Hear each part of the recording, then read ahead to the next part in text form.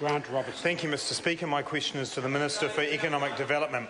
Did he meet with the Chief Executive of the Ministry of Business, Innovation and Employment on 4 June 2014?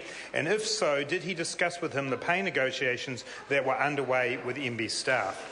Honourable Stephen Joyce. Mr. Speaker, yes and yes. The Chief Executive briefed me on progress with the negotiations. Supplementary question, Mr. Supplementary Speaker. question, Robertson. Is it correct that pay negotiations with MB staff were adjourned until 3:30 p.m. on the 4th of June to allow for his approval to be sought for the offer MB intended to make at a meeting held at 2:30 that day? Honourable Stephen Mr. Speaker, Joyce. I have no idea about the timing on that day or any other. He was just briefing me an update on the negotiations.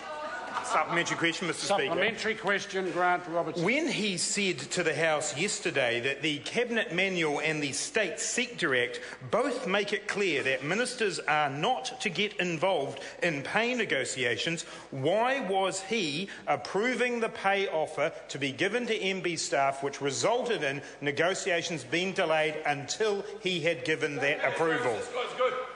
Honourable Stephen Mr. Speaker, Joyce. the member's assertion is completely incorrect. I did not approve it. Supplementary question, Mr. Supplementary Speaker. question, Robertson. What did he say to David Small in the meeting on the 4th of June with regard to the pay offer being made to MB staff? Honourable Stephen Joyce. Mr. Speaker, as I recall it, Mr. Small came in. He sat down. He gave me an update on the negotiations. I don't think I said much to him at all, except I think I said to him, my only counsel to him was to keep the State Services Commission informed on progress.